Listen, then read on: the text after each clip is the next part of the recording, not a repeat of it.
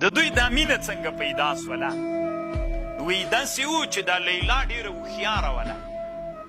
لیلا ډېره هوښیاره نجلۍ وه، وړه وله.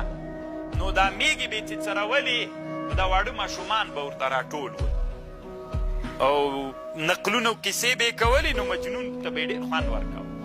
بیا طالبانو د دوی دواړو مینه سوله، واړه ول میږې دواړو څرولې. بس د دې وړکیتوب نه د دوی دواړو مینه پیدا سوله. او چې مینه پیدا سوله بیخي نادره مینه یې سوه. د هغې زمانې نه دا مینه داسې په زړونو کې ترارو کا او غټېدله تر دې پورې چې کله لیلا غټه سوله. چې غټه سوله نو پلار یې بنده کړله چې نوره به ته باندې نه اوسه.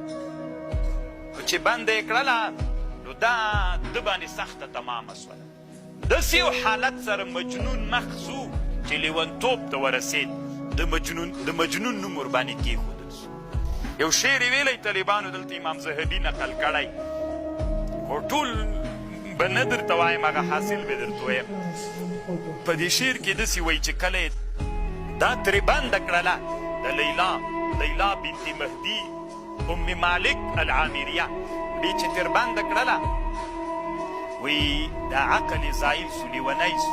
بیا یې ویلې چې کاشکې زه نه وی غټ سوی، میږې نه وی غټې سوی، کاشکې هغه خپل حالت وی، کاشکې نه زه غټ سوی وی او نه میږې غټې سوی وی او لیلا هم همغسې وړه وی.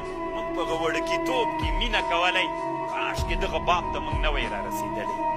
الی الیوم لم نکبر ولم تکبر البهم، کاشکې نه زه غټ سوی وی، نه د حیواناتو میږې غټې سوی وی، ماسې واړه د میږو بچي وی چې غاړی وی او په دشتو کې څرېدلی، څه خوند به یې کو دې حالت ته راورسېدلو. بیا طالبانو دا